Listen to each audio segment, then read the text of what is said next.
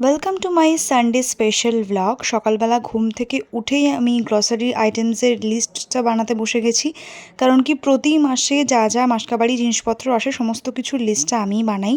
মানে ঘুম থেকে উঠেই এটা করতে বসে গেছি। ল্যাপটপে কাজ করতে করতে এক বাটি ঘুগনি দিয়ে ব্রেকফাস্টটা কমপ্লিট করলাম। আর টিভিতে নিউজে লাইভ দেখছিলাম। আজকে এই প্রোগ্রামে আমাদের যাওয়ার কথা ছিল, বাট এক্সামের কারণে যেতে পারিনি। সারা সকাল থেকে খুব বিজি ছিলাম, তো সেই কারণে আর সেরকম কোনো ক্লিপস নিতেই পারিনি। তো আজকে একটু লাঞ্চটা ভাবলাম সুন্দর করে প্লেটে সাজিয়ে গুছিয়ে নিজের জন্য নেব।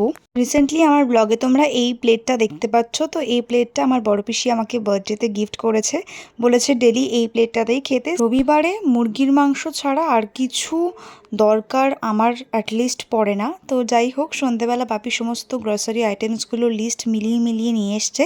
এছাড়াও যা টুকটাক লাগে সেগুলো বাপি নিয়েই আসে।